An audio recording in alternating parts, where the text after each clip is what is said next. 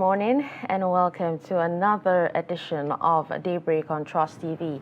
It is a rainy day, means showers of blessings, the start of a new week. This simply means that this week is going to be filled with blessings and much more for you and your family. Yes, we're live in the Federal Capital Territory, and I am Dashan Husseina Osman. Thank you so much for joining us.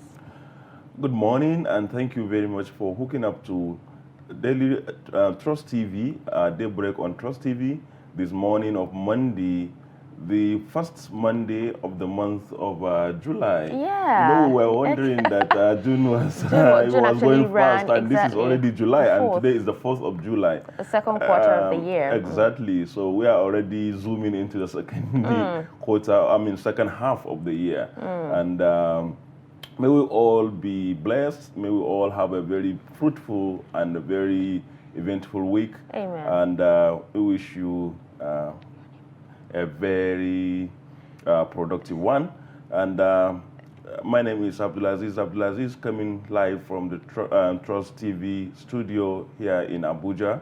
And now, Abdulaziz actually started with, lots of prayers and all that. It means, when the rains actually come, exactly. It's nothing but blessings, showers of blessings.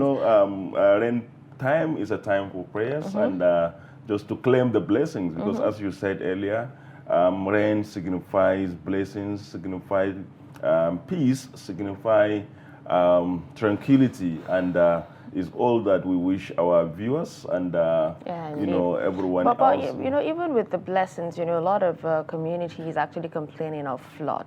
Yeah, that's true. Actually, especially even in not only in rural areas and other places, but also even in major streets in Abuja. A lot of places are flooded because of so many reasons, but the chief one is, of course, blocked drainages. Oh yeah, definitely. And, yeah, exactly. And, so is it the community or the government that's actually supposed to do something about it? Well, I think it's both. It's both because you have a lot of people actually dumping refuse in their drainages. So exactly. That can actually cause the attitude flooding. of the people helped, and also the inaction of the government to actually stop those practices and also clear the drainages. Yeah. Okay, well, whatever. So we hope that the rains will not continue to be a problem. It will continue to be blessings. It continue to be something that people look forward to. Hopefully. Because if it's keep flooding, then a lot of people will not be happy when they see the clouds, in the sky. All right, well, let's move on to the highlights at this hour. Truck crushes 4 vehicles in Abuja-Kefi Expressway. 2 Reverend Fathers abducted in Edo State. All right, we also have We Are One. Christians join Muslims to clear grass at Kaduna Mosque. And with that, we'll move on to the stories. A heavy-duty truck has crushed 4 vehicles close to Karu Bridge on the ever-busy Abuja-Nyanya-Kefi Expressway in Abuja on Sunday. The multiple crash caused heavy traffic on the road. However, the personnel of the Nigerian Police Force, Karu Division, and the Federal Road Safety Corps arrived at the scene almost immediately and diverted the traffic to parking lane. Reacting to the accident, the Federal Capital Territory Sector Commander, FRSC, Mr. Samuel Ochi, explained that the accident occurred around 9:30 a.m., but no life was lost. 1 week after kidnappers killed Christopher Odia, a Catholic priest in Edo State, 2 other priests have been abducted in the states. Daily Trust had reported how Odia, who was priest in charge of St. Michael Catholic Church, Ibkabigbo community in Isako West local government of Edo State, was abducted as he was preparing for Mass last week, Sunday. He was shot dead during a manhunt launch for his release. On Saturday, Reverend Fathers Ubo Philemon of St. Joseph Retreat Center and Reverend Father Udom Peter Uromi, Catholic Church, I beg your pardon, and Reverend Father Udom Peter Uromi, both of Uboko Esan Southeast local government, were returning to their parish after an event when they were kidnapped. All right, and finally, some Christians in Kachia local government area of Kaduna State joined Muslims to clear grass at a mosque used for Eid praying during Salah. Mr. Daniel Bitrus, team leader of the volunteers who joined their Muslims counterpart in the exercise, said they did it to promote tolerance and religious harmony. Respondent Secretary Jamaatul Nasser Islam, Kachia Local Government Chapter, Malam Ibrahim Tassiu, expressed delight over the large turnout of Christians during the exercise. He disclosed that the Christian youths got to the Eid ground for the exercise before Muslims arrived. He commended the gesture, noting that it is the first of its kind in the history of that part of southern Kaduna, which has experienced ethno-religious crisis. And that's a very important story, Very It's very really important story, to see. very important message yeah, as well. very symbolic, it's very important, especially as the person here is saying, in that part of Kaduna State or that part of Nigeria where ethno-religious conflict or tension is very, very high. It actually reminds me of, a few years back when I think was it a crisis, and then the Muslims were praying and Christians surrounded them to protect them. It actually showed unity, love, and would love to see more of that happening in Nigeria. Sure. Would love to see a Nigeria where, when they ask you, where are you from? You say you're Nigerian rather than Igbo, Yoruba, or Hausa. Just say you are from Kaduna. Or Kaduna North, Kaduna South. Exactly. So we hope so, much of that. And with that, we move on. Presidential candidate of the New Nigerian People's Party, NNPP, Rabiu Kwankwaso, said he is disappointed with the handling of security challenges in the country by the military. Kwankwaso, who speaks with newsmen in Gombe, where he raised concern over deplorable condition of education in the country. Ibrahim Ismail reports. Kwankwaso visits Gombe State to open an NNPP office ahead of the 2023 general elections. Speaking in an interview, the two-term governor of Kano State said the country's educational sector is destroyed. Nobody is happy except very few people. Less than 1% of the people of this country are the ones that are happy. Even then, they must feel guilty if they have any concerns. They have to feel that something is wrong. And everybody knows something is wrong. Ranging from the economy to the issue of security. And putting these two together have destroyed everything, especially the issue of education. Nobody is talking about education. Then Kwankwaso believe very much on education. If you ask me what is my priority, the priority of Kwankwaso, I will tell you is education, education, and education. And that's what we proved in Kano. And that's what we will do if we have an opportunity. Measures to ensure security of lives and properties. You see, as former Minister of Defense, I've been terribly disappointed by what we are having today. Our military, and I believe they are still the best in Africa. The governorship candidate of the NNPP in Gombe State, Hamisu Mailantarki, said his party is ready to address the country's problems. Of Gombe, they all know, they are watching what is happening in Nigeria. You look at the history of the presidential candidate of our party, that is our party leader, Engineer Raji Musa Kwankwaso. When he was a governor in Kano, his policies are, things that every Nigerian, not only Kano man, every Nigerian is proud of. He ran the government for 2 consecutive terms without borrowing money from any bank or any institution. And he was able to be the, part of the few people that perform very, very well. Look at the infrastructure, look at the bridges, look at every aspect of the life that he touched in Kano State, especially the youth, the scholarship education. He gave hope to hopeless. This is the first time the NNPP presidential candidate Rabiu Kwankwaso is visiting Gombe since he clinched the party's presidential ticket. From Gombe, Ibrahim Ismail reporting for Trust TV. There's actually been, a lot of back and forth. I think every party, this is actually a new party, but you're still hearing, some commotion, Okay. from people thinking Kwankwaso and Wiki will be pairing up, or Kwankwaso and Peter Obi would be pairing up, to a lot of other, cases. But then let's move on to more stories. Returning commercial motorcycle operators of Adamawa origin have made a passionate appeal to the state government to urgently intervene and provide both palliative and long-term employment for them. The distraught operators made the appeal upon arrival in the state following the ban of their operations by the Lagos state government. Salis Lawan caught up with the operators as they disembarked at Hayangada in Jire local government area of the state. The report. In May 2022, the Lagos state government banned the use of motorcycles in 6 local governments, and after it set on an earlier effort at regulating activities in 2020 had not yielded desired results more than 2 years on. The enforcement commenced on 1st of June, with the state government crushing motorcycles during enforcement.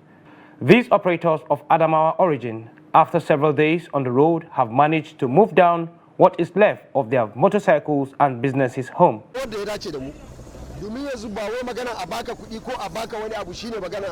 It's not matter of collecting money, but vote for a productive leader. It's for the future of our children.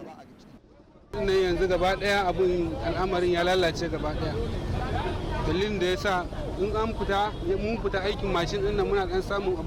situation in Lagos now is worse.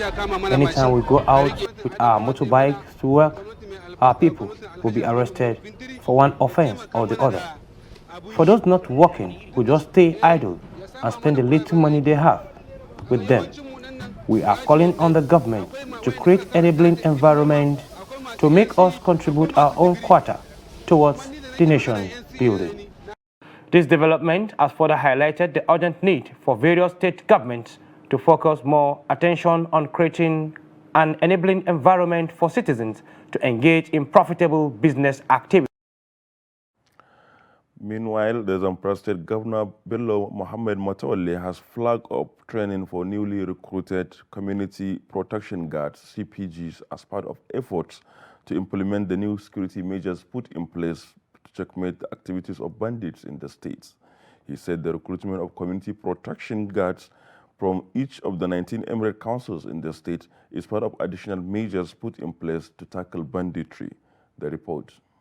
Governor Bello Mohammed of Zamfara State said the increasing spate of banditry, which resulted in the loss of several lives and untold hardships to people of the state, required extra measures to contain. The governor urged the community protection guards to see their engagement as a patriotic one, adding that their names will stand out in history as people with remarkable patriotism, selflessness, and love for peace. He noted that only people with courage and bravery will offer to serve as guards in their communities to protect the people from the bandits. Governor Mohammed also called on them to work within the confines of the rules of engagement, which will be clearly spelt out during the training, pointing out that as newly recruited community protection guards, they are agents for the restoration of normalcy, building peace, and reenactment of the golden era of harmonious intercommunal relationships in the northern part of the country. As you may recall, my administration came up with additional measures for combating insurgency in the state, among which was recruitment of community protection guards in each of the 19 emirate council of the state. This decision was informed by our desire to work out all possible options to deal with the increased banditry attack, causing loss of lives, untold hardship, and rupturing intercommunal peace in some part of the state. As I mentioned in my previous addresses, the most critical mission of governance is the protection of sanctity and dignity of human life. We will therefore do everything possible to uphold this sacred responsibility within the ambit of the law.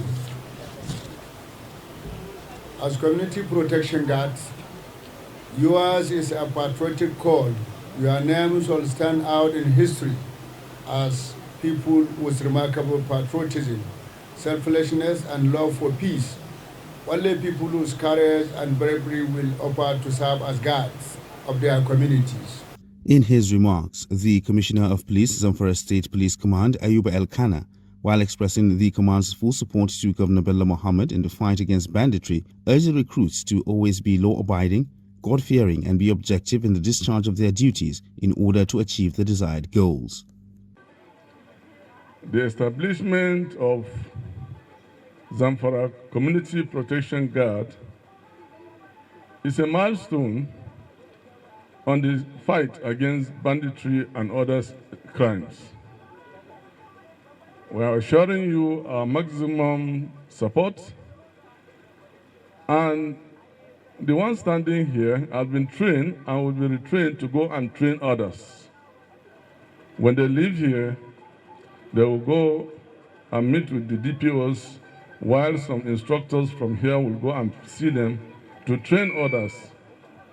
Your Excellency, I'm assuring you that this crop of protection guards have been selected, tested, they are trusted, they are dedicated, they are willing to lay their life for the safety and property of Zamfara people. Earlier, the Commissioner of Internal Security and Home Affairs, DIG Mamman Afi, retired, said the establishment of the Community Protection Guards is aimed at assisting the security agencies to secure the state from all crimes. Daughter of the woman killed by bandits in Bauchi State has given a touching account of how the gunmen brutally killed her while attempting to avert abduction of her son. Halima Mohammed, who described her 52-year-old mother, Mariam Mohammed, as a heroine, told Trust TV that the bandits struck their community, Sabangari Jada, in Al-Kaleri local government area, shooting sporadically. The report. She said the gunmen numbering 11 entered their house trying to kill her brother by shooting at him, and they didn't succeed, but decided to take him away. The victim resisted. Halima said her mother took a pestle from the kitchen and fearlessly confronted the armed bandits to let go of her son.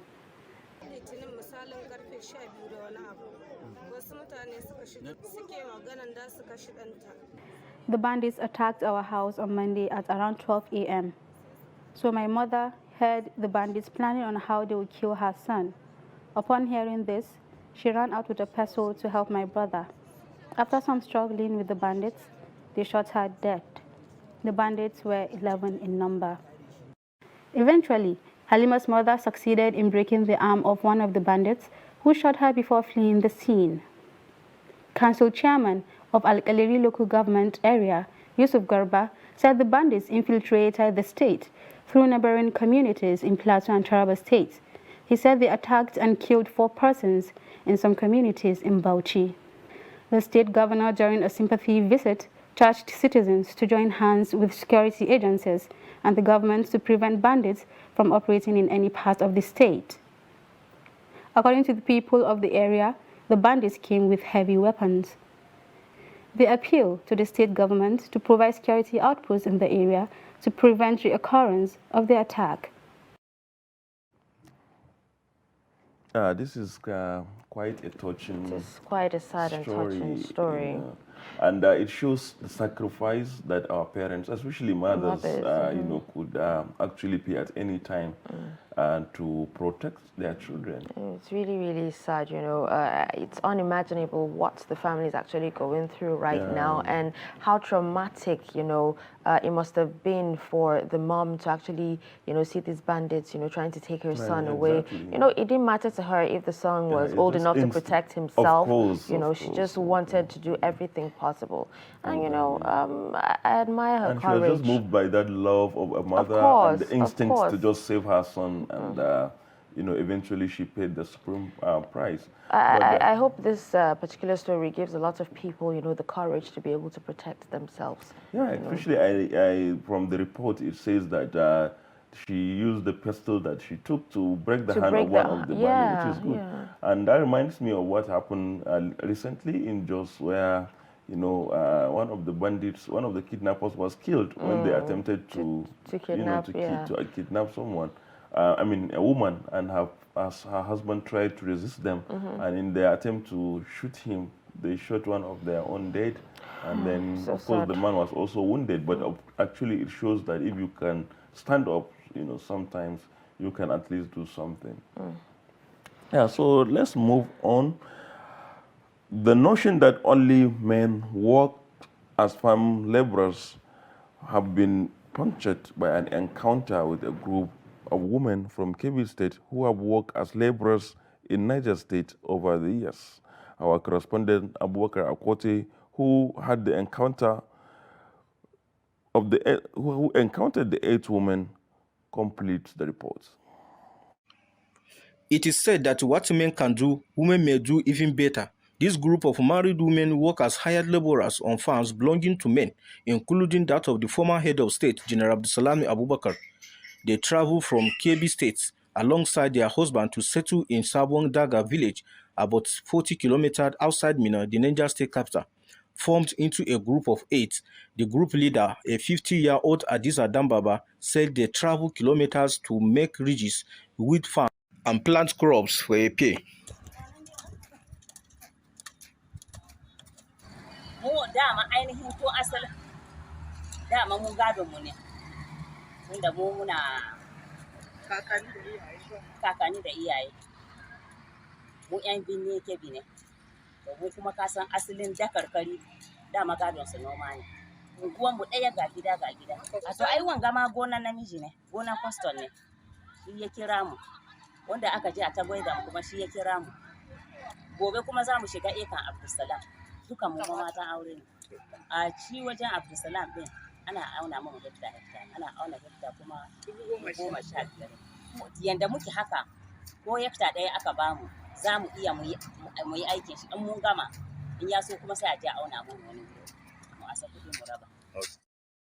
These women said they did not want to leave the family responsibilities on their husbands alone, hence the need to go out to look for money to support their families where necessary. Ba mu taimaka ma maza ba ai ba za su bar mu guje ba. Kaga mu sai sabulu da sai kayan miya. Su ma da karan kansu sai su ji daɗi. An mu roke su kuma sai su bar mu tafi. Amma a ce wai mu samu ba mu kalle su ba yaushe za su bar mu kuma mu je. Amma an mun samu mun je mun kalle su ko kuma mu sai abin da zai amfani mu a dole su ce a bari mu bar matan da su je su nemo ko ba gaskiya ba shi yasa ina taimaka musu ko kuma yara haka mukan iya an mun samu yaran ma mu sai musu kaya amma mata muna noman gyada muna noman wasu ya. Operatives of the National Drug Law Enforcement Agency, NDLEA, have intercepted 22 blocks of heroin weighing 23.55 kilograms concealed in packs of baby food at the Murtala Mohammed International Airport in Lagos. The consignment, with a street value of over 4.5 billion naira, came from Johannesburg, South Africa, on board South African Airways flight on Wednesday, 29th June 2022, as part of a consolidated cargo that arrived at the Sako import shed of the Lagos airport. The report. After a series of follow-up operations that led to the arrest of 2 freight agents, the actual receiver of the drug consignment, GK Okeke Weni, who distributes the substance for his South Africa-based partner, was arrested the following day, Thursday, 30th June, at a logistics warehouse in Ajawa Estate, Ikeja. Chike claimed during preliminary interview that he is also into fish farming. Before the arrest of Chike, NDLEA officers at the airport on Monday, 27 June, arrested a former driver with the public transport company BRT, Muyiwa Babalola Bulujoko, for ingesting 90 pellets of cocaine.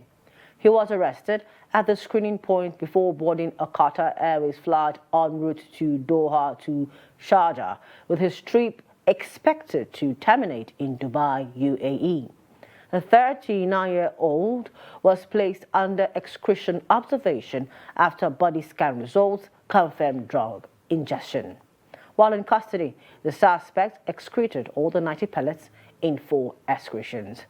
He claimed he left his 60,000 naira per month job as BRT driver in February and decided to work as drug courier to raise funds to buy a shuttle bus popularly called Korokbe in Lagos to continue his transport business. Operatives also on Thursday, 30th June, intercepted an inbound consignment of cart leaves, which arrived at the narco import shed of the Lagos Airport Royal Air Maroc flight from the Middle East. A total of 71 cartons of dried cart leaves with a gross weight of 2,434.3 kilograms were discovered in the cargo. In the same vein, anti-narcotic officers of the agency also last Thursday seized 37 parcels of Colorado, a variant of cannabis with a total weight of 19.30 kilograms, which arrived the narco import shed from Los Angeles, USA on a Delta Airlines flight. Chairman and Chief Executive Officer of the NDLEA, Brigadier General Muhammad Buba Marwa, retired, in a statement from the Director Media and Advocacy, Femi Babafemi, expressed satisfaction with the exemplary performance of the officers and men of the Murtala Mohammed International Airport Command in the past week and charged them to remain steps ahead of the tricks by the desperate drug cartels.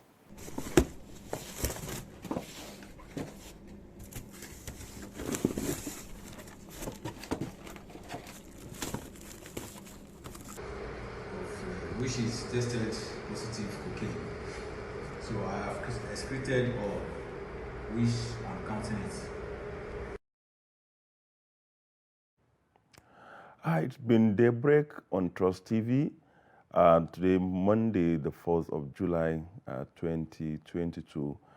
Thank you for staying tuned. The show continues after this short break.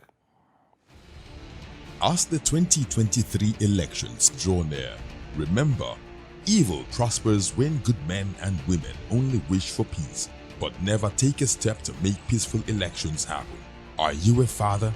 Are you a mother? What are you saying to your children as elections approach? Have you warned them not to let themselves be used to cause violence? Have you explained to them what the consequences of electoral violence might be? Do your part to make peaceful elections happen. Talk to your children. Protect them from unscrupulous politicians who want to put them in harm's way, while their own children are comfortable at home, within and outside the country. Let's join hands to make 2023 elections peaceful. This message is from the National Orientation Agency, NOAA.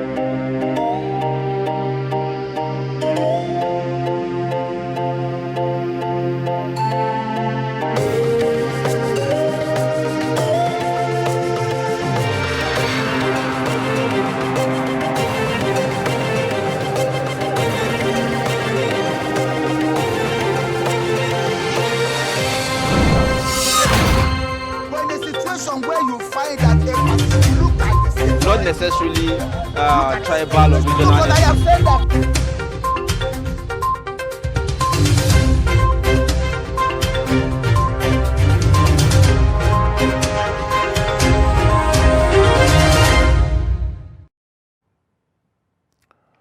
Welcome back, and it's now time to look at what the newspapers are saying this morning, and we have joining us virtually for this.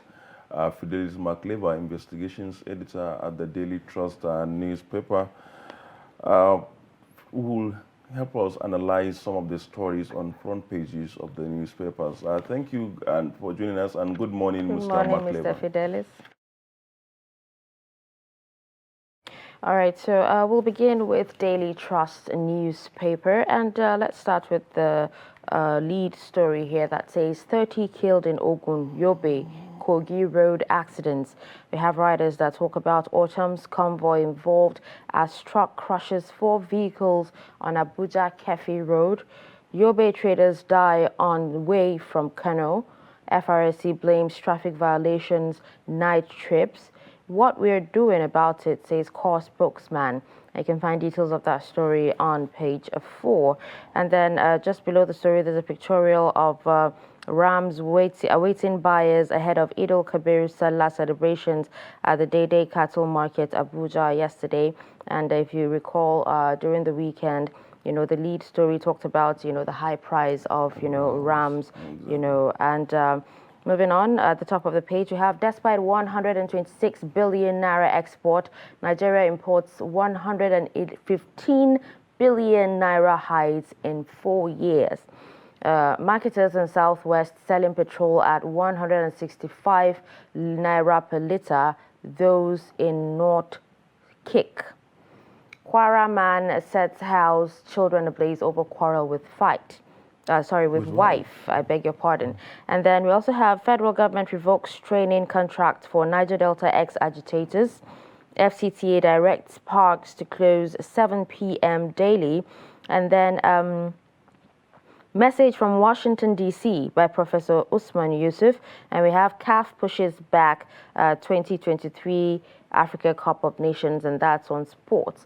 Let's move on to No, before we move on to the paper, let's talk about the lead story, since we have our guest, with us online. Mr. McLever, I would like you to actually speak about the lead story, talking about 30 people killed in Ogun, Yobe, Kogi road accidents. I remember a few weeks ago, a similar story was actually on the front page of the papers, talking about how, there are lots of crashes, and it has actually been blamed on night trips. We actually have same happening. What's your take on this?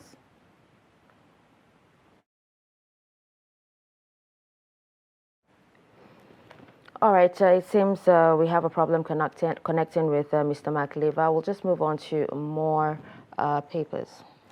Okay, let's look at the leadership newspapers. And the lead story on leadership says CSOs IPAC raise concerns over electoral fault lines. And the story has riders, and the cry vote buying, voter apathy, want electoral offenders prosecuted. Seek improvement in collation of results, electronic transmission. And then just below that, poor infrastructure, electricity, others hampering effectiveness of e-learning. This is a special report on the front page of Daily Trust, of leadership newspapers.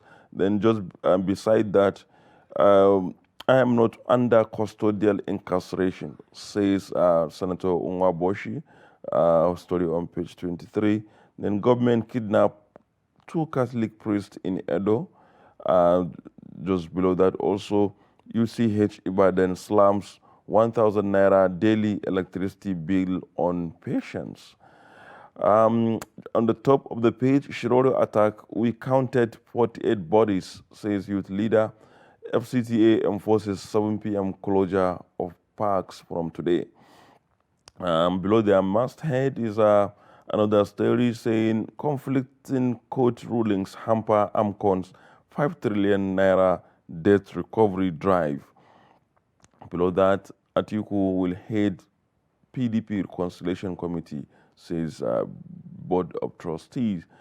And Usina, I don't know whether you noticed the desperate major or desperate time, the University of Ibadan story, how slamming patients with 1,000 naira daily. Maybe, perhaps at the heat of this diesel costs. And acid strike as well. So, a lot of things are actually happening when it comes to, energy. A lot of people are taking whatever means or going through whatever means it takes to make more money, or to cut down on costs.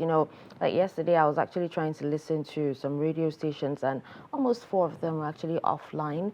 It means, exactly. Yes, it means. A friend was telling me, I was discussing with a friend over the weekend. I'm not a very good radio listener, but I was talking to a friend who is in the broadcast, and he was telling me that a lot of radio stations are now doing skeletal operations because of the high cost of... and businesses have shut down. Businesses, no longer operate. Exactly. Sometimes it's crazy. Even banks, I've had stories of banks cutting down operation hours to, cut down on their energy consumption, because, the price of diesel is crazy. You spend so much. And it keeps going up. You spend so much, yet, you don't get, dividends or returns, for what you spend. It doesn't make sense at all. Yeah. And this issue of AMCON courts, ruling where 5 trillion, this is the issue of bad debt that a lot of individuals and businesses have collected from banks over time, which the central bank under the former CBN governor now took over and, collateralize it into, collect the collaterals and then pay the bank so that the AMCON will recover the money. And now look at it, they say 5 trillion of our own money because it's 90s. It's not enough, to collect the debts. There's been a lot of committees, a lot of, organizations being opened, being established for collection of debt, and all that. But what happens after the debt is recovered? Well, that's perhaps, of course, in the case of AMCON, I guess it should go into the government corpus. But the major problem now for AMCON is not even about what happens after the debt is collected, but even how to even collect the debt, because these are largely powerful individuals with a lot of long legs that perhaps are frustrating the effort of the AMCON to recover the debts. Okay, well, since we're doing this, let's move on to Daily Trust newspapers and talk about, the rate at which the road accidents, within the country. A few states have actually been listed, and I'm sure, there are more. If you actually take a look at the statistics from other states, you'd actually find out that it's actually more than this, Yeah, it's sad that this is happening. These are statistics from just the weekend accident that were actually the one that we even know that happened on Saturday and Sunday. These are just between Saturday and Sunday. So Sunday night to Saturday, Saturday night to Sunday. As you said, is happened at night, largely. The one in Lagos, which even the FIRSC is warning travelers from night travel, because the one that happened in a place called Iraba Bridge along the Lagos-Ibadan Expressway happened at night. Also, the Yobe accident, which happened around the Damatru Road, also occurred at night, around 11 p.m. So it shows the dangers of night trips, especially for the condition of our roads. Anything could happen. Yeah, definitely. All right, let's talk about, marketers in South. We're still on Daily Trust, by the way. Marketers in South were selling petrol at 165 naira per litre, and those in the North actually kick against it. There's something you actually said, last week. You talked about some filling stations opening but selling at black market prices, and it actually turned out to be true, especially in Kaduna. I was waiting for you to say Eureka, because finally I have gotten one filling station in Abuja that sells. Serious? Yes, that sells. Well, a lot of people actually don't mind, Exactly. as long as it's available. I went to that filling station, was it on Thursday or Friday, and people were comfortable buying at 230 naira per liter, away from the hassles of queuing long up, queues and all that. Staying overnight. It's very sad, but just like what this story is trying to talk about is the issue of bridging cost, what they call bridging cost, because the transportation of petrol from down south, from the ports area to hinterland to northern part of the country. It costs a lot, especially now that diesel is very expensive. And I remember recently the federal government actually had to increase the cost of transportation per liter to, so that the marketers or the transporters will augment, because now if you are selling at once, when you are selling at 165, maybe you are buying diesel to transport the same petrol at 200 or 250, and now that diesel is over 800, the challenge is difficult. So, and that is why you could see that the marketers in the southwest could afford to sell at that price, while those in the northern part of the country cannot afford to because of the liability involved. All right, with that, we'll move on to more papers. Let's but just before moving to more papers, Hussein, I don't know, I thought that it's women that are known to be jealous or to actually, no. So I don't know what happened to this man. See, what a woman can do, a man can do better as well. So I don't know what happened to this Kwara man who said, this is tragic, it's absurd, but of course tragic, that he said his children are blessed over quarrel with wife. Women can actually drive someone crazy. I've actually not read the story, but I sincerely hope that the children are, alive and safe at the moment. But, it actually doesn't make sense. You quarreled with your wife, only God knows what the quarrel was about, and then you end up, setting your house ablaze. Who even knows if it is his own house? It's possible that it is actually rented, Yeah, it's not even about the rent, but the risk. I mean, the risks he put the lives of these kids. And these are innocent. And then setting all your hard work, on fire, it doesn't actually make sense, honestly. Yeah, that's it. But I hope you will talk to your folks, women, to stop driving people crazy. But there can never be a relationship or a marriage without quarrel. You know that already. I'm just joking. All right. So let's connect with our reviewer this morning, Fidelis Makleva, Investigations Editor of Daily Trust. Good morning, Mr. Makleva, and thank you for joining us.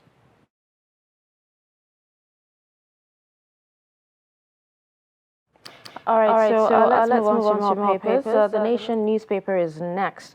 Now we have at the top of the page, you have 1.4 trillion naira recovered from debtors, says AMCON. We just actually saw the story on leadership. Stock exchange axes 9 firms over poor governance is the next story. We also have World Bank's $1 billion COVID-19 fund for poor nations. 2 Catholic priests abducted in Edo State. Just below the nameplates there, we have Osun 2022. Air Force planes to convey sensitive materials. INEC holds mock accreditation. 18 thugs arrested already. Youth's Corps member, INEC officials held for PVC fraud. We also have the lead story that says PDP crisis. Atiku forecloses discussion on office sharing. Standard bearer to meet Wike lead reconciliation process. Now, still on the Nation newspaper, we have 70,000 ghost workers. MDA director face ICPC probe. We also have duty on imported pre-2013 vehicles rises by 120% as importers of low-cost cars, buses, out of business. That's more problems for car dealers. And then finally, we have 18 die in Lagos-Ibadan Expressway night accident. We also have, still on the Nation newspaper, acting accountants general replaced. 2 kidnapped suspects held in Ekiti State. These are some of the stories on the front page of the Nation newspaper. Now, I know we would actually, we're going to be discussing on PDP crisis and Atiku. So let's move on to something else. I'm sure you'd love that, would you? All right, so let's talk about 70,000 ghost... The issue of these ghost workers? Yes, ghost workers. 70,000 ghost workers. MBA directors face ICPC probe. This is quite... it's quite huge. It is.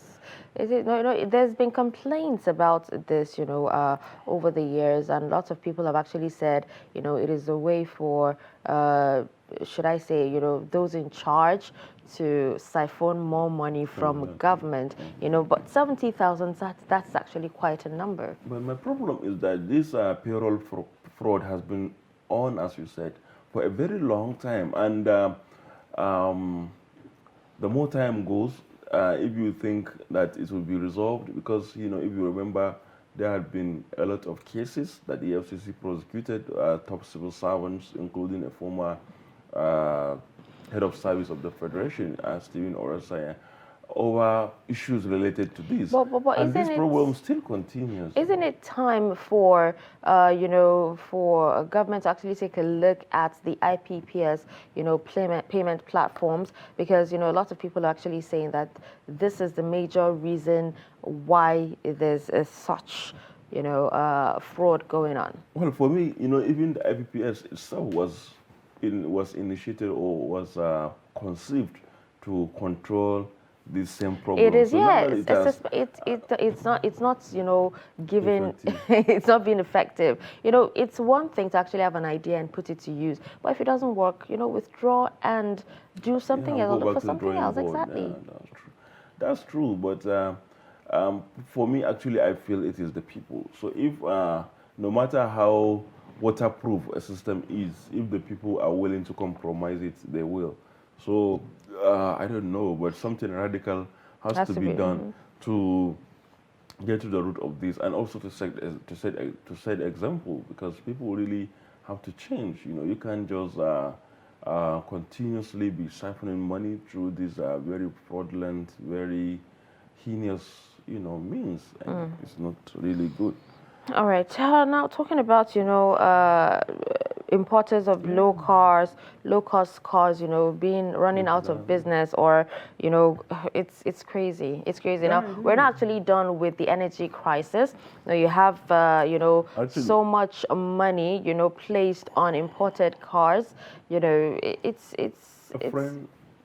friend who is into the business called me last week, and and he was complaining about it, that they are literally, just like the story is saying, out of business, because what they did is like any car that is dating 2013 downward is now having the same duty as charges. those from 2013 and above. No, 2013 up down have the same duty. pay. I understand. So if you buy maybe 98 model or 2000, it's the same price. As high. So that makes cheap cars now to be more expensive, very expensive. And I think very soon, I don't know how customs actually arrive at this policy, but I foresee a situation whereby people will have to be riding jollofi cars, cars that should be off the road. The funny thing is, if they're actually selling these lesser models, at a higher rate, who would actually buy? A lot of people would not buy. I think the best thing might be to start riding a bike to and from, because a lot of countries actually do this. In their own logic, they feel that if they place high premium on those vehicles, then more people will have to buy the latest versions of vehicles. But of course, it depends on if you can afford it. If you can't afford it, what happens? Yeah, exactly. As you said, maybe you have to resort to riding bikes. And it's healthy, it's good exercise, and then you get to where there's no need for fuel. There's exactly on these crazy roads. That's another problem. That's the downside to it. So let's take a look on another paper, which is The Punch. The lead story on The Punch says PDP orders panel to beg Wike drop Okowa, governor's loyalist insists. Ex-BP's price for picking Okowa over Wike may be to lose, reps others. Rivers Governor, PDP's pillar, we will beg him not to defect, urges BOT chairman.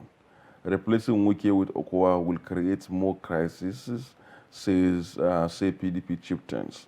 And just below that is a pictorial of the Vice President, Professor Yemi Oshibanjo, attending the 6th ordinary session of ECOWAS Head of State and Government in Accra, Ghana, yesterday. Below the pictorials, more stories. You don't need gun for self-defense, Adeboye tells Christians. Nigeria now like war zone, Methodist Archbishop laments, story on page 30. Then on page 16, ASU strike enters 140th day, set up others lampoon FG. Below that, APC and PDP have failed Ocean Desire's new hands, says Ogumbi, Accord Party candidate. Another story on page 4 and 5, man set estranged wife ablaze, burning woman grabs suspect, both die. Government abduct 2 Indo-Catholic priests, 6 Enugu residents, story on page 5. Then on the very top of the page, on the top of the page, we have other stories. 165 per liter fuel. Depot owners shun FG's directive. Marketers give conditions. Story on page 31. Below that, IOC's divestment threat to Nigeria's oil sector, says FG. Story on page 35. Just beside that, 28 die in Ogun Yobe road crashes. FRSC cautions night travelers. And beside that, another story, years after controversy surrounds 300 billion textile revival fund, story on page 9. And just beside the masthead is another 2 other stories. Bank assets rise by 21% to 64.32 trillion, says FG. Says CBN. Then Nigerian adults with bank accounts hit 45%. World Bank, that is in other words, we say only 45% of adults in Nigeria were possess bank accounts. So these are many other stories in today's Punch newspaper. Okay, let's take a look at, I think talking about these road crashes, it's almost everywhere on the front page of dailies, even the 160 naira liter fuel, it's everywhere. And then PDP, the whole crisis, we will discuss that, in the next hour, so we will not go into that. And then we also have years after controversy surrounds 300 billion naira textile revival fund. This is actually one particular sector where if it was actually working, a lot of youths would be gainfully employed, exactly. Would have so much materials to actually export, and all that. But nobody's actually even saying anything about it. Well, I think the Nigerian textile industry was outpriced by imported materials. And it was also due to what we were discussing earlier, the energy crisis, with the high cost of electricity. That was even back then. That's back then, So over time, because in the 70s and 80s, Nigerian textile industry was thriving. We had the Kaduna textile, we had Funtua textile in Kano, there are others and all that. But over time, because of incessant power crisis, electricity crisis, a lot of them had to close shop because it's no longer profitable to run on diesel and produce at a competitive market price, especially with free trade leading to inclusion of Chinese and other products into our markets. And I don't think it's any profitable. But that's at least what the industrialists are saying, that it's no longer profitable. So all this money that the government kept pumping, and I think this was from the Eradua era when they did this revival fund to revive the textile industries. So look at the money, 300 billion naira. And then still I don't think any of the textile companies is working. Talking about revivals, something similar is happening with the refinery. That's a drain pipe. That's a drain pipe. Goodness. So a lot of times we keep trying to revive these horses because these are literally dead horses that I don't think any Well, just before we go, let's take a look at the Guardian newspaper. And we have the lead story talks about stakeholders fear Lekki Seaport will replicate Apapa Pains. We have writers that says infrastructure evacuation concerns undermine project's viability. Operator seeks government intervention on cargo evacuation system. Experts say fourth mainland bridge green rail line will address concerns. Lagos to implement master plan in 6 months. Involve stakeholders, says committee head. At the top, we have the quest for excellence as the Guardian at 39. Big congratulations to the newspaper. Below that, we have 2023 coalition wants Tinubu over risk of losing northern Christians.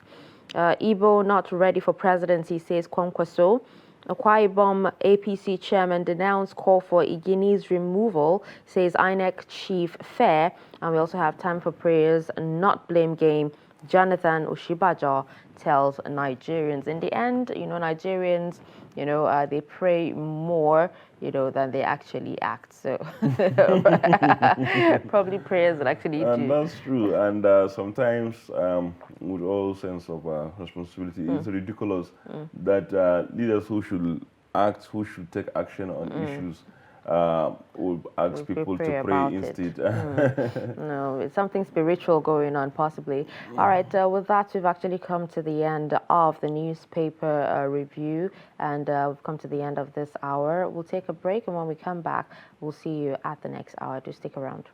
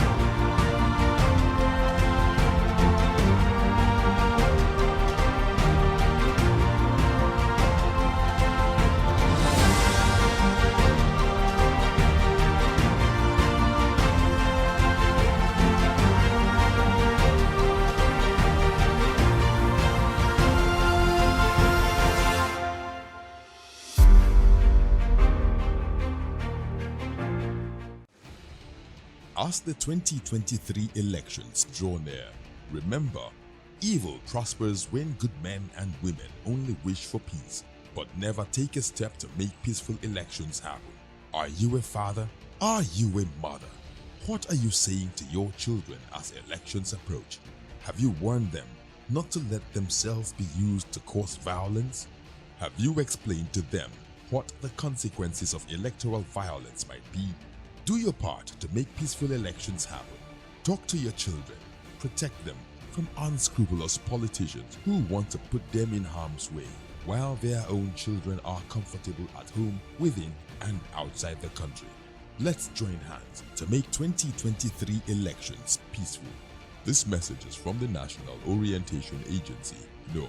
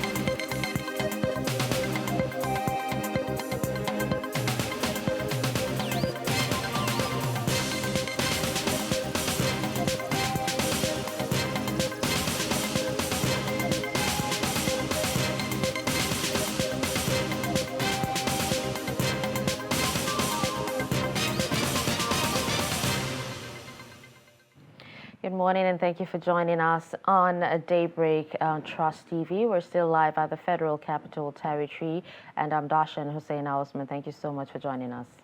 It's a beautiful wet morning this Monday and thank you very much for joining us indeed. I am Abdulaziz. All right, now let's take a look at the headlines. Truck crushes 4 vehicles on Abuja-Kefi Expressway. 2 Reverend Fathers abducted in Edo. We are one. Christians join Muslims to clear grass at Kaduna Mosque.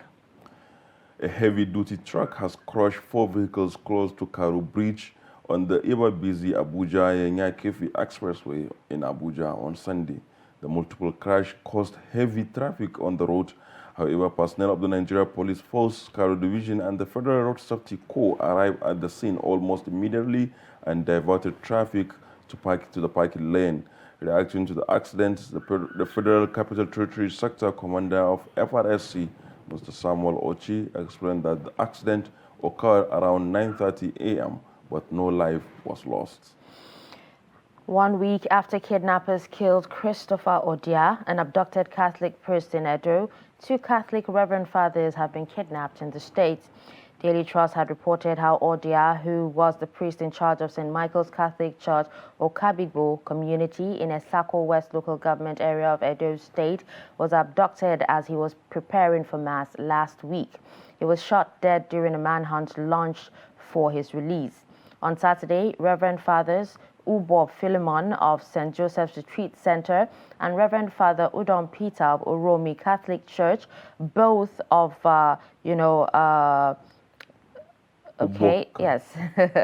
both of that particular of Vuboka Eson Southeast local government area were returning to their parish after an event when they were kidnapped.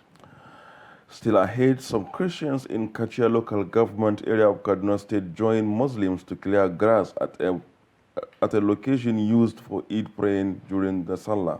Mr. Daniel Bitros, team leader of the volunteers who joined their Muslim counterparts in the exercise, said they did it to promote tolerance and religious harmony. Responding Secretary Jamaatul Nasrul Islam JNI Kachia local government chapter, Malam Ibrahim Tasiu, expressed delight over the large turnout of Christians during the exercise.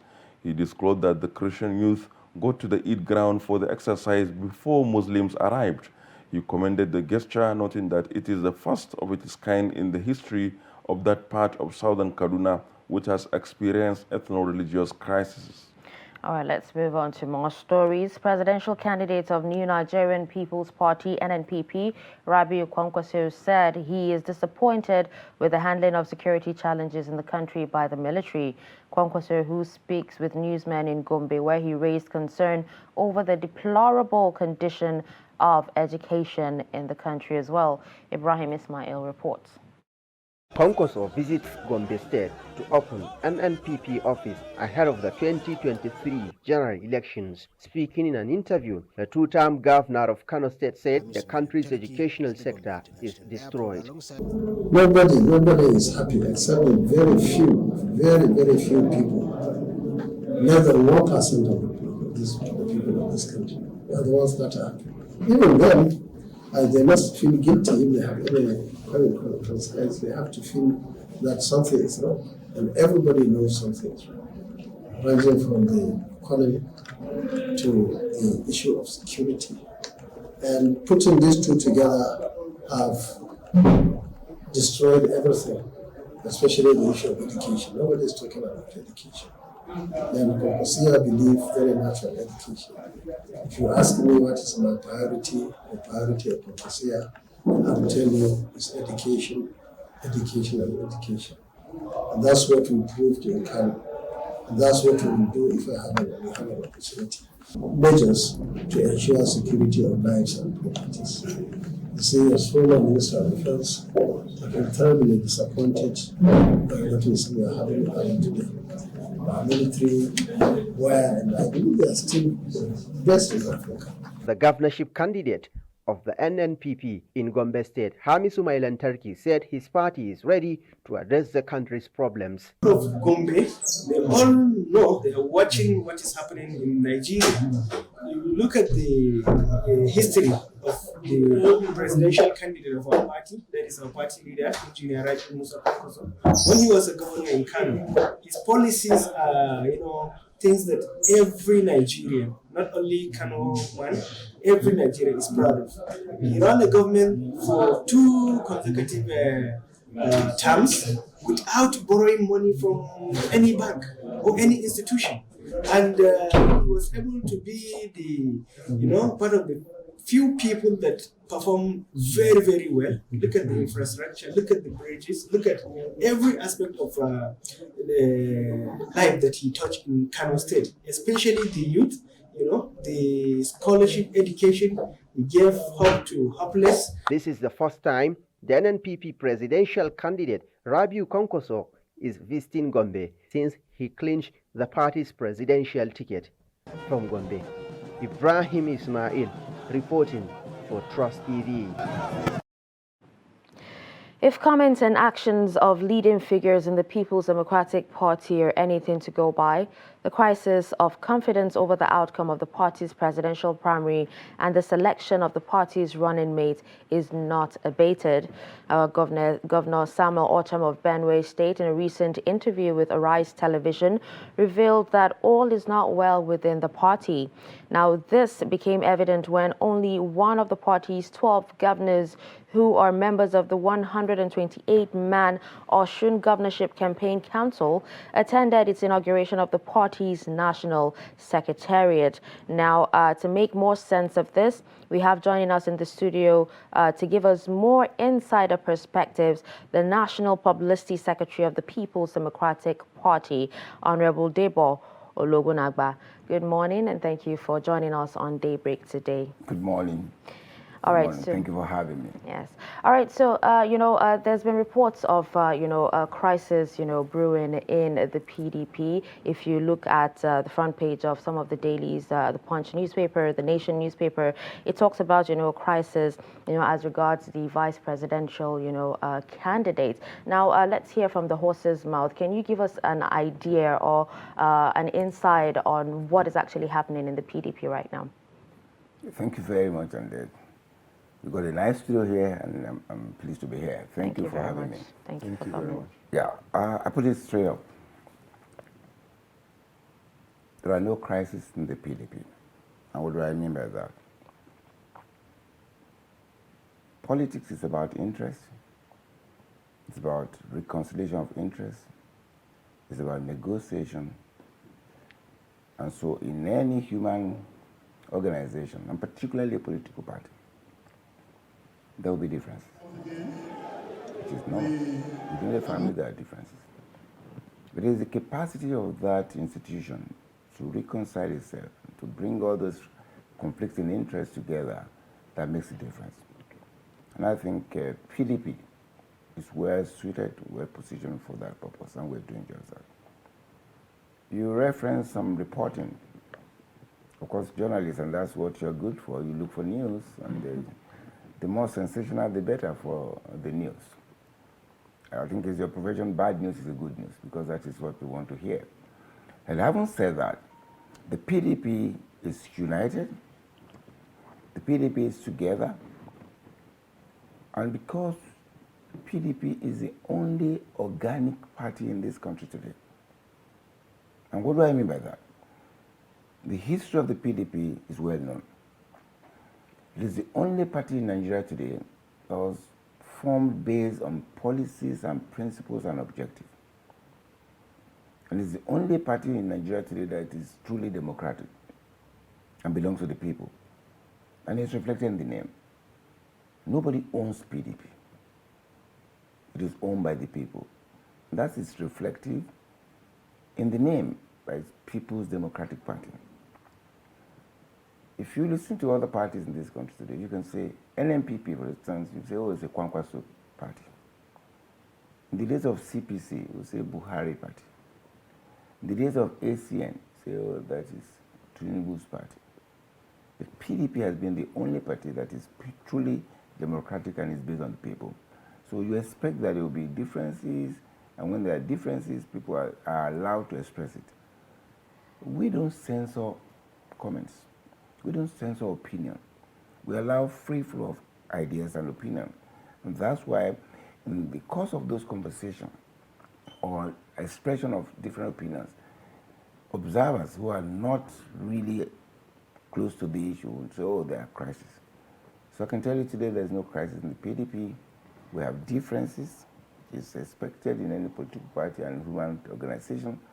But those differences are being resolved because as an organic party, we have organs, we have systems, we have procedures that allows for those concerns to be taken care into. And then we're taking care of that. Honorable, and our viewers will agree that maybe the issues in PDP are not just media creation as you try to paint it, and it's not really perhaps disagreements. Well, I didn't say it was media creation. No, you said that we go for bad news. No, I said bad news is good news for the journalists. Yeah, so they try to look for what is going to be able to sell. That's true. And when you hear bad news, it looks like you can sell. But I can tell you that there are no crisis in PDP. But the facts on ground don't support this claim of well, I don't know the facts that you... because for example, like what happened in Ekiti, and even as my colleague has mentioned, the issue of the inauguration of the Ocean governorship panel, which no governor attended. Didn't all this signify that all is not well? Okay. Well, I've had the opportunity of expressing this in different fora. However, I could re-emphasize that here. The Osun Campaign Council inauguration, 2 governors were present. Governor Okowa, the vice president candidate, and the Governor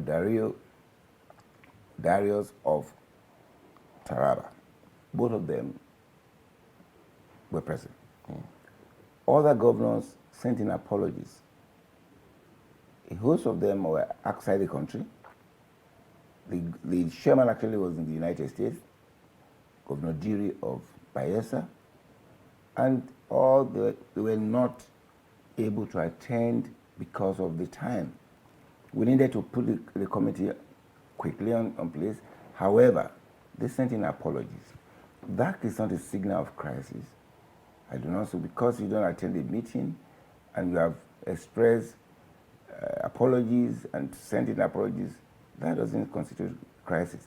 However, an observer outside would look at it as a crisis, and that's why I said the observers who are not conversant with the facts would probably refer to that as crisis or some kind of other issue that beyond what I have just said. But I can tell you here, and to all Nigerians of the whole world, that there are no crisis. The governors were unavoidably absent, and they sent in apologies. And that is the position.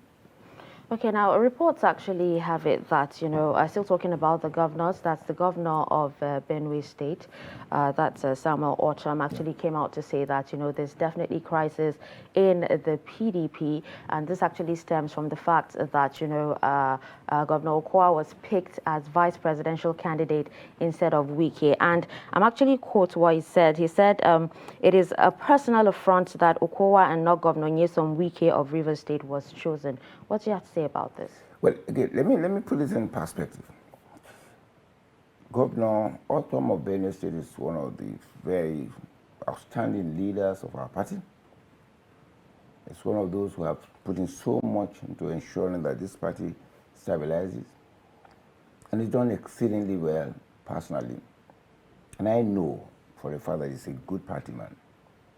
But like I referenced earlier, because we're People's Democratic Party and we allow for conversation of ideas, and when people have their ideas and their concern, they express it. And that is what Governor Orcham did. He has expressed concern about certain procedures or action that were taken.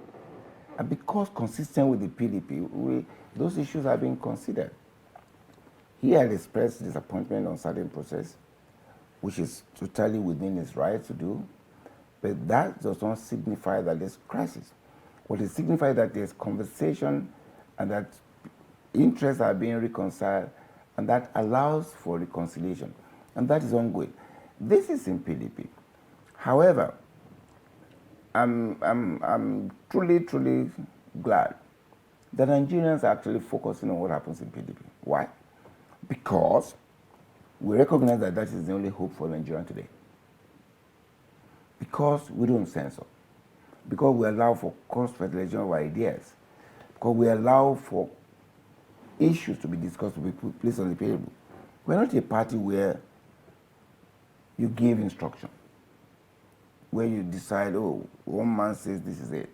Like the APC. And again, when we're having this conversation, because these are political parties that intends to put themselves forward to govern Nigeria, the X-ray should be on all of us, including the APC. I haven't seen much of that going on. Perhaps we need to recalibrate that idea and begin to look in that direction, because APC too is there. Other parties are interested. They want to lead Nigeria with their candidates. So what should be happening? That this issue you're talking about, how far have we gone with APC and other parties that are involved in this process of our election process? So yes, PDP has challenges with regards to differences within the party, but are we looking at the other party as well? Because that would be fair in circumstances, so that Nigerians can have a fair idea of these parties and the people leading the parties, and people have put themselves forward, and let us interrogate them. One, so that we don't lose focus of what the PDP says is going to do and what the APC is doing right now.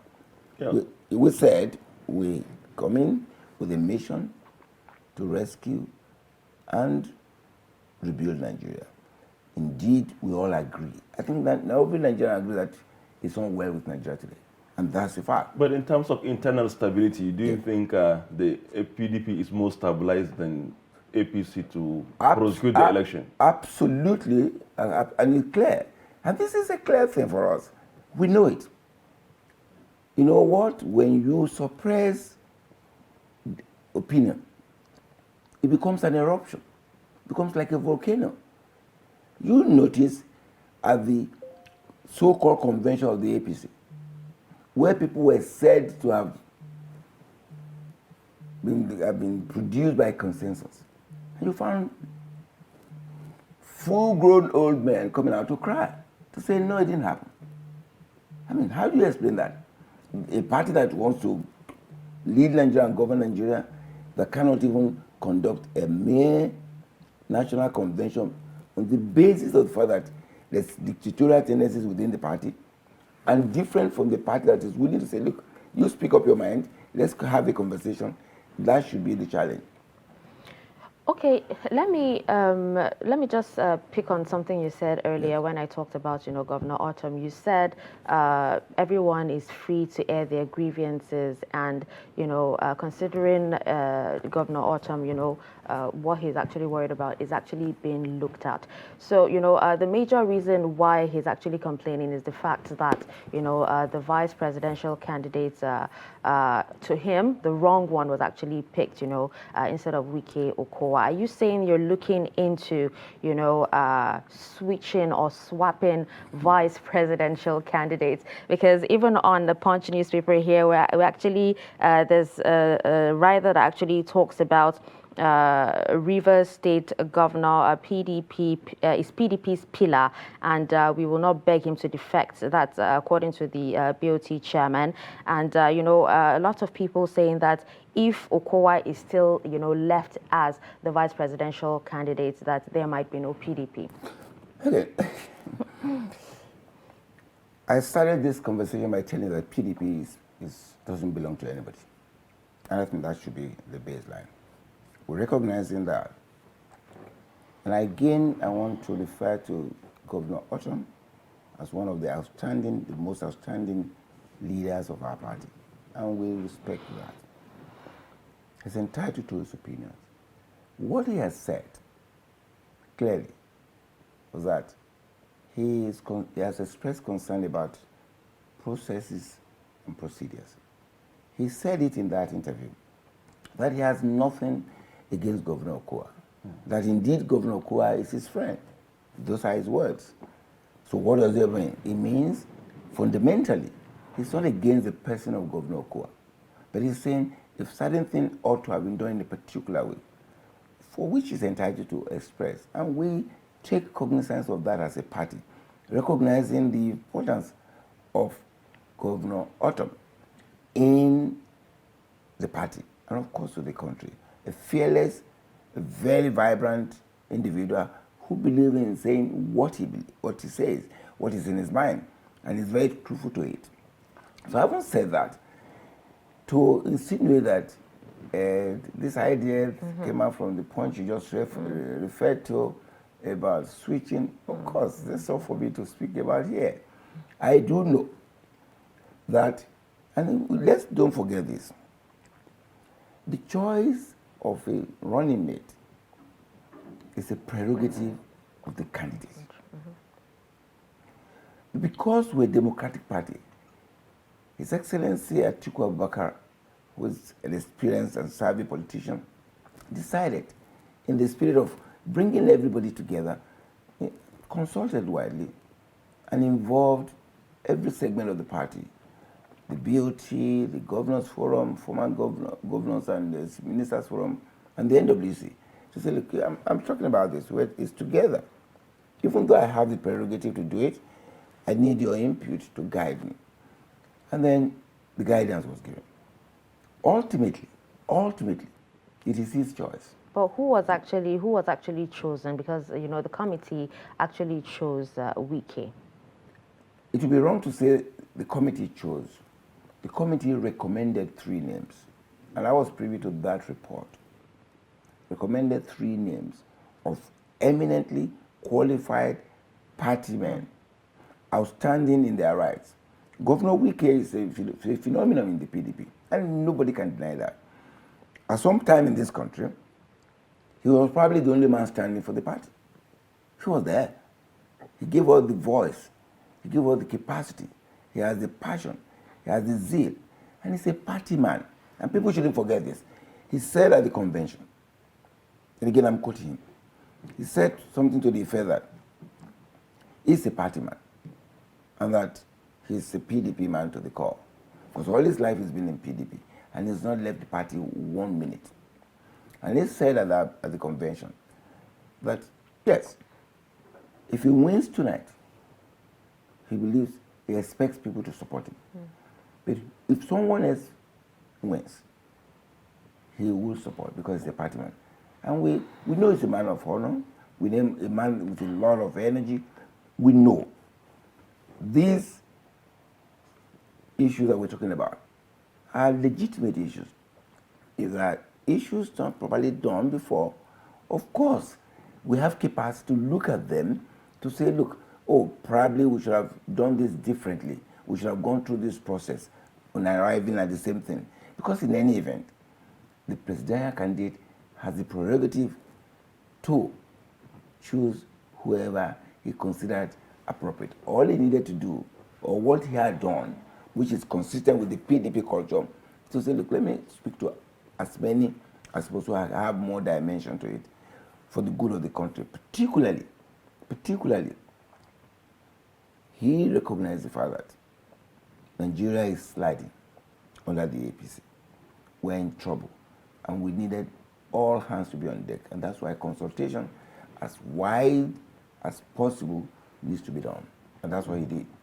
Wike and his supporters particularly believe that the first injustice or maltreatment done to them was from the convention itself, where some of his people believe that he was technically reached out, and then also the claim that a committee raised to recommend Vice President again, which there were expectations that having come second and being from that part of the country, he will be picked as the running mate and all that. What do you say to the claim or allegation that the PDP has not been fair to Wike? Again, I like the word allegation or the claim. When people have their feeling, but it is important to look at those feelings. And it's important to ensure that when those feelings are expressed, that they are listened to. And I'm sure that is the process we're going through right now. People have expressed their concern. Those concerns are being considered. We're looking at that because the party has a process that works. We have what I call within the party a differences resolution mechanism, which is very robust from all the organs of the party, and everyone is working because we recognize the importance of every member of the party in that mission. Otherwise, there's not one group or one person, not even one party can fix the Nigerian problem today. It must be a coalition. And we are expecting that, of course, many APC or other party members who truly believe in the need to put our country together and take it away from the brinks, from the precipice, of course we join PDP in that mission to rescue and rebuild. We are ready as a party. Again, I will continue to make these references. The other party, the APC, today don't even have a candidate. And I will say what I mean by that, even though names have been submitted. There are candidates, there are allegations of no certificate. The president candidate cannot find certificate. The placeholder, because even though that's a new word in Nigerian lexicon or politics, we have only vice presidential candidate nominee, not placeholder nominee. But again, these are issues we should interrogate. Mr. Debo, we'll discuss that at another forum, at another time. It's good, to discuss all this. But now that we're talking about your party, yes, can you answer the question? Do you believe that the PDP was not fair to Wike? Well, again, I don't know what you mean by the definition by being fair. All right? I have just said to you that the PDP, and in any event, like I said, don't forget the fact that the presidential candidate has a prerogative under the Constitution to choose his running mate. In the process of doing that, if certain things have not been done properly, of course, if you say that's unfair, maybe. However, because when you have concern, sometimes you don't even know that something is unfair until it is said to you. When that is brought up, then you begin to look at the issues. So now that I brought it up, number one, I don't think you can bring it up because you're not even a member of the party. So why would you bring it up? It's unfair because you are making a comment about what you said somebody said, not yours. So if those members of the party feel it is unfair process, we as a party, because we have a robust internal process, we're looking at all the issues, including negotiation, including reconciliation, because in any contest, particularly political contest, issues like this will come up. When they come up, what makes a party truly a party is its ability to come together, reconcile it, knowing fully well that the interest of the party, and in this case, that of Nigeria, should override every other personal interest or group interest, or however, those group interests and personal interests must be considered in the overall interest of the party and of the country. Okay, now talking about the interest of the party, it's actually safe to say, like, when a party gives an instruction, its members should actually follow. Now, what are your thoughts on the former governor of Ekiti State, that's Ayodele Fayose, demanding for power to be shifted to the south? Yes. Again, that's another leader that stood up for the party at some point. He's entitled to his opinion. But like you rightly said, when the party, and this is the beauty of democracy, that's why the minority should have their say, the majority will have their way. When a party decides on a particular issue and it becomes a party position, every party member is expected to toe the party decision. But that doesn't stop anybody from expressing an opinion, which is why we're democratic. Unlike other parties that they cannot. And the issue, you keep saying, don't talk about APC. The APC, you can't hear anybody talk about anything. That's close to dictatorship. We don't want that. We want democracy. Democracy allows for cross-fighting of ideas, for people to speak up. And we hear that. Right now in America, the issue of abortion is going on. People say, yes, it should be abortion, right? People say, no, there shouldn't be. Those are conversations. When you don't allow for conversation, you allow for bottle-up anger, and of course, ultimately it will burst up, become an eruption, and it could lead to anything that you cannot imagine. We in PDP allows for conversation, and that's why you hear all this, and we'll continue to welcome that. We're not going to stop that process because we're truly democratic. And that should be clear. And we should be able to put the difference between this political party and other political parties in terms of how we manage. And that tells you what this government will do, what the party will do in government. We'll be willing to listen to people, to professionals, to specialists like you here. Unlike now, where the government seems to know all, where nothing goes on. When we even speak about corruption, nobody talks about that. And then the impunity, the disregard for Nigerians going under this government will not go, because in our party, we listen to ourselves, listen to members, even listen to the press to formulate our policies and take decisions based on that. Like this government, that nothing. When you talk about security, they don't want to listen to experts. Talk about the economy, no, they know everything. Talk about even human rights, no, they know anything about it. But the so-called fight of corruption, when there are suggestions, it is that because you are in the opposition. You just said about allegation about the former chief of army staff, 1.8 billion. I mean, any country, we should be worried about that. It's an ambassador. That should worry anybody. But they're not talking about that because, you know what? They believe we should just keep quiet and don't fall in line. That's not what we are in PDP. PDP is a democratic party. We allow opinions, divergent opinions, to come in. And in that process, we develop a policy based on every interest. Mr. Debo, beyond opinions, you know, former Niger Delta Minister Gusde Orubebe and another chieftain of the party from Edo State, Mr. Kasim Afebua, and among others, had left the party. Don't you? And from the look of things, it appears as if Mr. Fayoshe is also on his way out.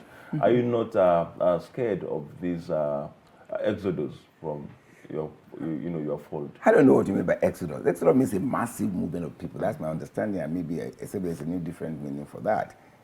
There's no exodus in PDP. In fact, what you find is an influx of many people into PDP. You can say they had to call the APC senators. Don't resign, otherwise we'll remove you.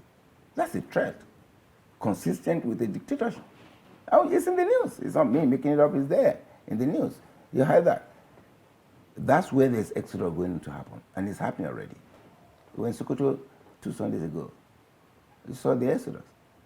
The Speaker of the House, members of House of Reps, former ministers.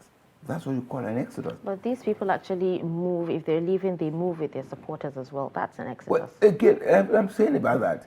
Again, you measure people with their supporters. I don't want to talk about the weight of individuals. The good thing about the PDP is this, and this is historical.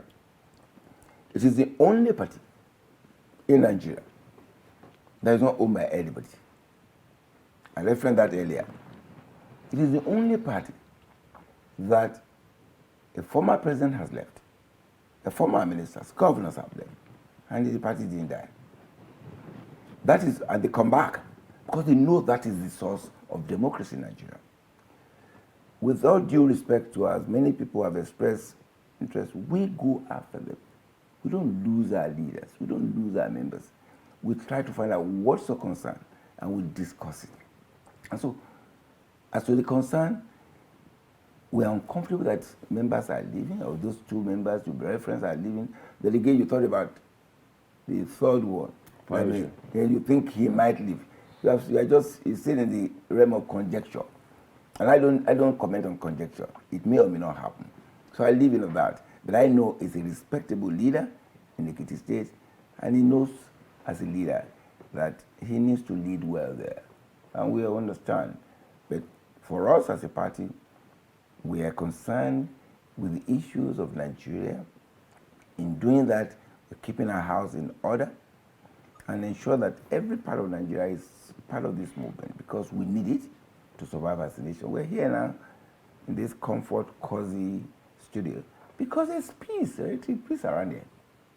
Okay. Otherwise, we won't be able to sit down here. So we want that.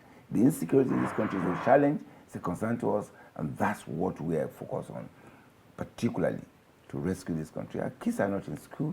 The roads, we can't travel by road, by air, by rail. For the first time, there was a bomb blast on a road in Nigeria. It never happened. That's a bad commentary for this government, and it become part of their history. They need to carry to their graves when they die. Okay, now earlier you actually talked about some people or some members, with a lot of bottled up anger, in them, members of the PDP. Now, don't you think with the whole internal crisis and the said bottled up anger, don't you think it would actually affect, the PDP's chances of winning the elections? I mean, like I said, we don't have bottle of anger in our place. I just said there's no crisis, and please just to emphasize that we have differences. Just like we have in the family, like we have in businesses, you have differences. In PDP, there are no bottle of anger. You have that in APC, and you could see that coming up. It's happening every day.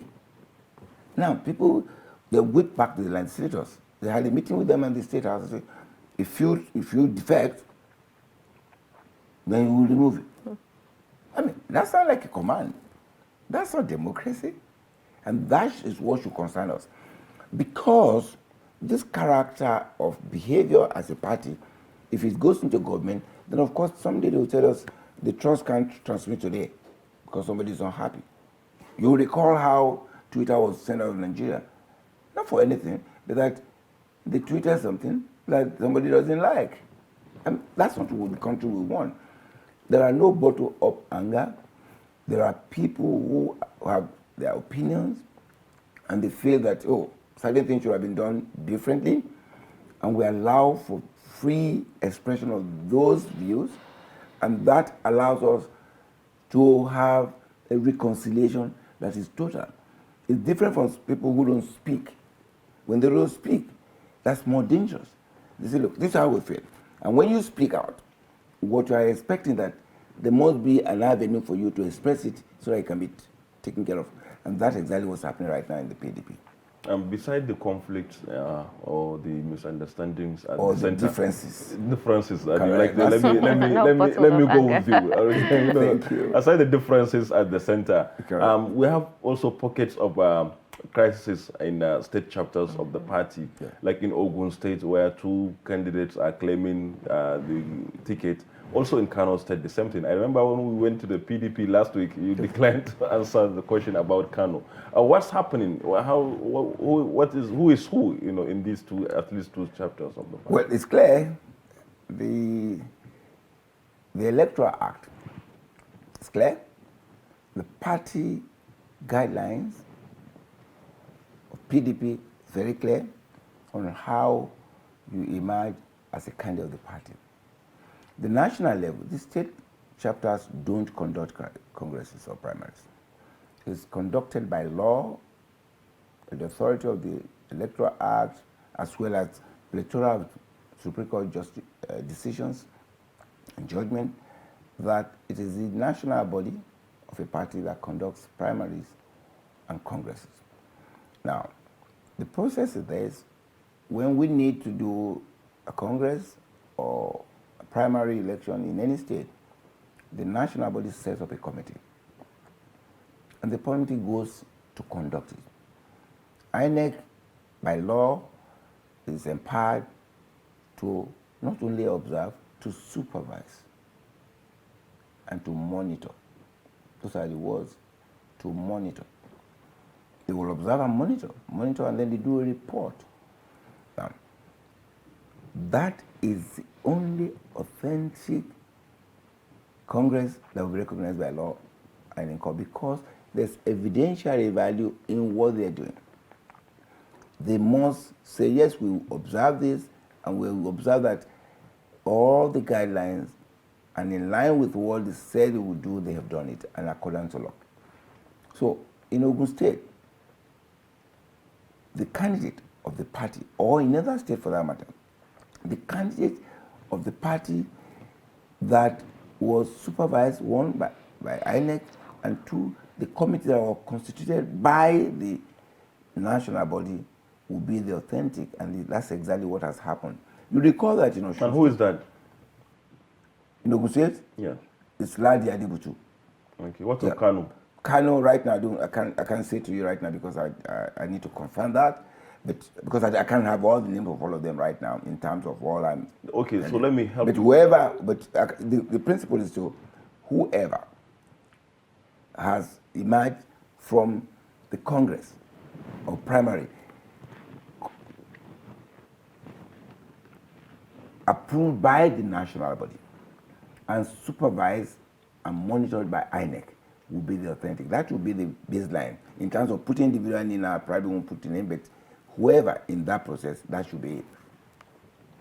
Okay. Yeah. All right. Well, I think with that, we've come to the end of this discussion. Thank you so much for, giving us an in-depth analysis on this particular issue, Mr. Honorable Debo. Thank you so much. It was nice to have you, on the show today. Thank you very much. It's a pleasure to be here. And I hope you have me again. And yes, it's good to have this. I'm you ready to come in here to have, because again, Nigerians have a right to know. Yeah. They need to know. And you need to x-ray us. And I'm going to appeal to the press, x-ray the people that have put themselves forward so that Nigeria can make an informed decision. We've gone through a lot, and we don't think we deserve to go through more. The Nigerians have a right to know, and the only way to know is to use a platform which is very extensive and very wide, so they can get to assess this of us and know whether we're qualified on the face of it or not. Thank you very much. Thank you very much. And we hope to have you for more. Thank you very much. I appreciate for the opportunity. All right. Thank you very much. All right, so that was the National Publicity Secretary of the People's Democratic Party, Honorable Debo Ologunagba. We'll take a quick break, and when we come back, the show continues. Do stick with us.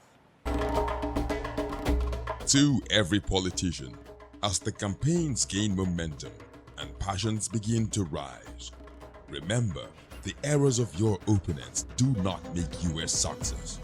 Do not run down your opponent and inflame passions to violence between and among your supporters.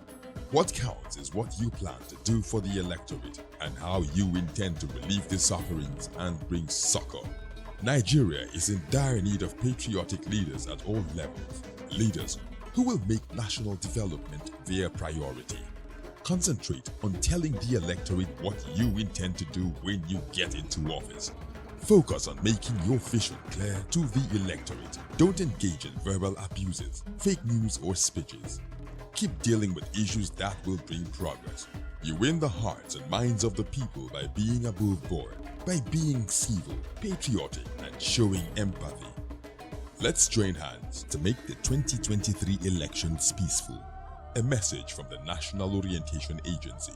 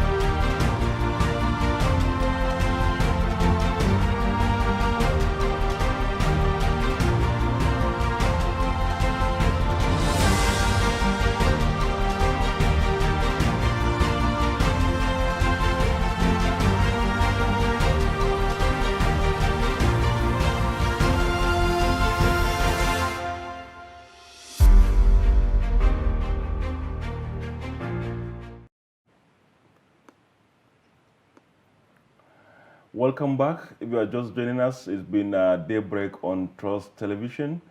And this morning we are discussing the internal wranglings in the People's Democratic Party, PDP, arising from the party's choice of the running mate for its candidate in the 2023 presidential election, Alhaji Atiku Abubakar. And the talk continues, and this moment we have in the studio a member of the party and a former spokesman of the former Vice President, Architect Mohammed Namadi Sambo, Umar Sani, joining us to give us another perspective to the issues. Thank you very much, Umar Sani, for joining us. Good morning.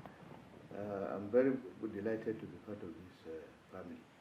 Thank you very much. Let's quickly delve into the conversation. The PDP is still not out of the the crisis arising from the choice of its governorship. I mean, the vice presidential candidate with so many opinions, including persons who are even expressing, decamping from the party over that. What do you think? Why do you think the backlash happened this way? Well, let me start by saying that this is the second time we will have Alhaji Atiku Abubakar on the ballot. The first time in the PDP was in 2019, and now in 2023 he will be representing the party, at the presidential election. Now, in 2019, the hues and cries over the choice of his running mate was predicated on the fact that there was no wider consultation. And because the issue was that there was no wider consultation, people grumbled, especially in the southeast, because they believed he single-handedly handpicked Mr. Peter Obi to be his running mate. And so people like Okweremadu, the governors of the southeast, Ohaneze Ndigbo, and the rest were clamoring for a change of tactics and style. This time around, he decided to change his style, having won the primaries, to say, okay, let there be wider consultation.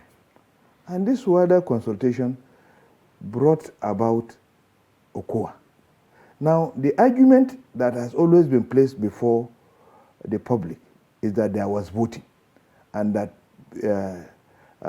Wike was voted 14 against 3.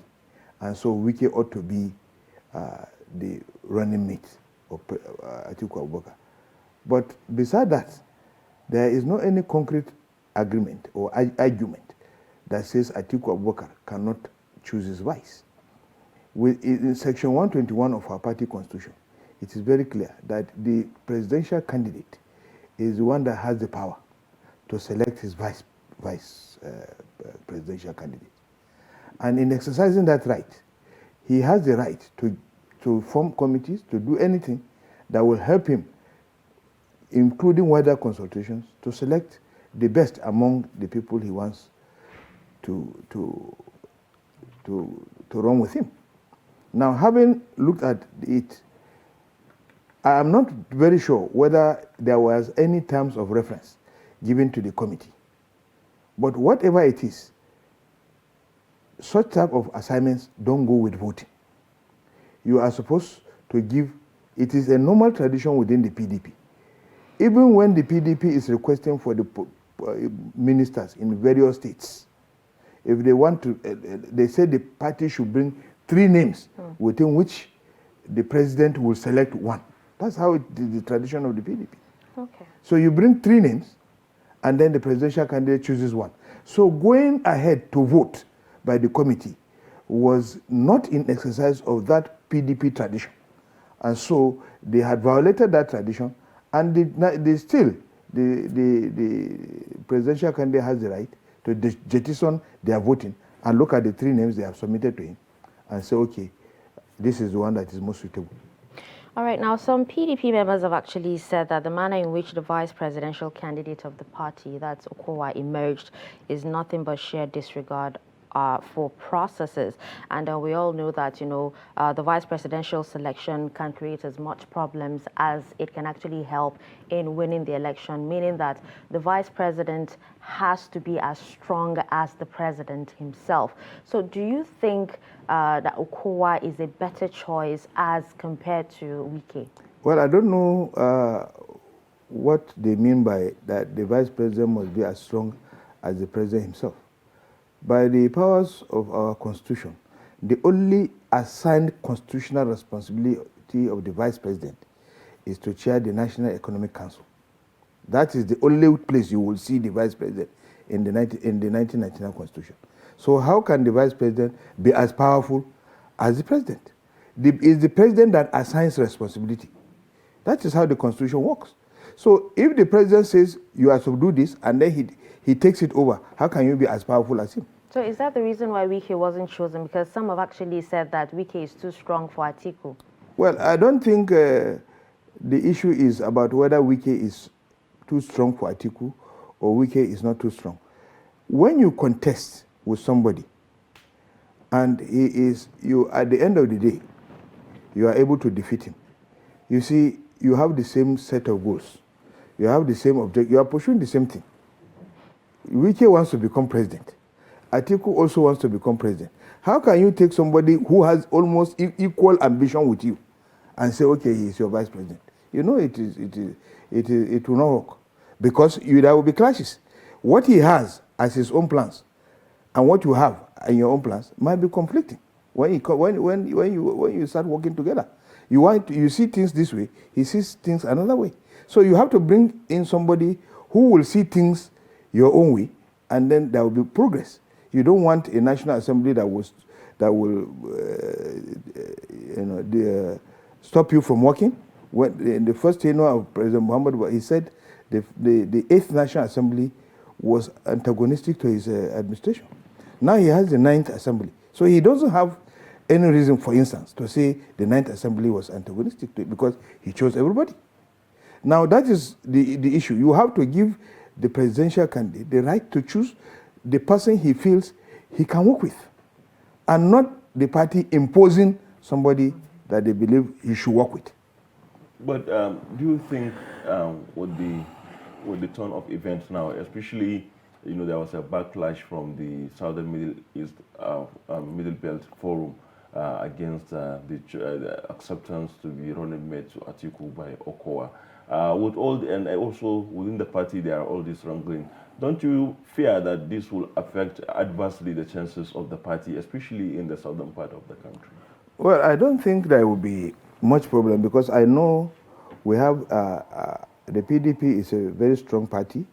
It is a party that works with set rules, and we have what we call our internal conflict resolution mechanisms that we employ. If you look yesterday, the Board of Trustees has set up a committee chaired by the presidential candidate himself and 13 other governors with some also very influential people that will come and go and meet Wike to resolve this matter amicably and permanently. And so these are steps that the party is taking to ensure that there is total harmony within the party. And so I don't believe that there will be any conflict at the end of the day. And I believe that our party will rise up. These are some of the challenges of, politicking. But it will rise up. And of course, at the end of the day, in 2023, we should be moving to the villa. But do you think, do you see Wike accepting the olive branch that the party is extending, going by the bitterness from that angle? Well, going by his antecedents, I do not want to use his current mood because you cannot say that Wike is not aggrieved. He is aggrieved because when you lose in two fronts, you lost the presidential seat, the candidate seat, and then you are losing the vice presidential candidate. That's not naturally he will be aggrieved. However, don't forget the fact that he was the one who said, and I quote him, that he does not want to be vice president. He only wants to become president.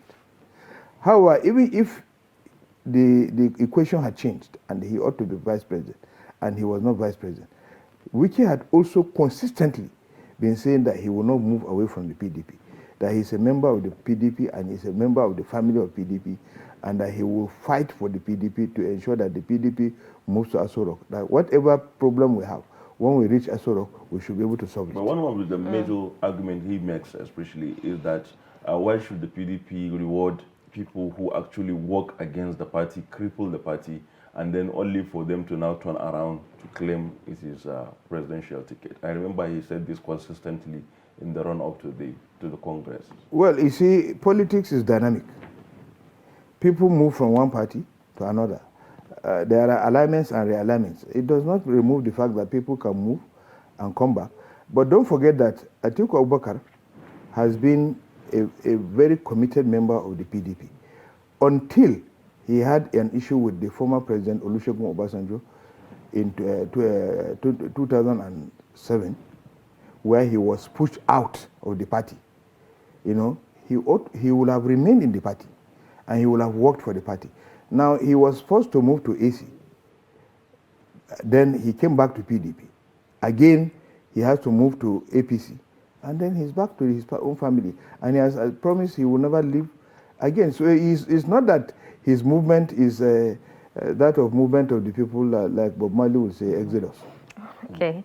All right. Well, it's actually such a short time. We actually wish we had more time to, ask you more questions. But thank you so much for, everything you've said on this particular issue. That was Mr. Umar Sani, a member of the PDP. Thank you so much for joining us on Daybreak today. You're welcome. And with that, we've come to the end of a Daybreak on Trust TV. Thank you so much for tuning in. We'll be back again tomorrow, same time, same station. I'm Dashan Husseina Usman. Thank you very much for staying with us. I am Abdulaziz Abdulaziz. Have a good day.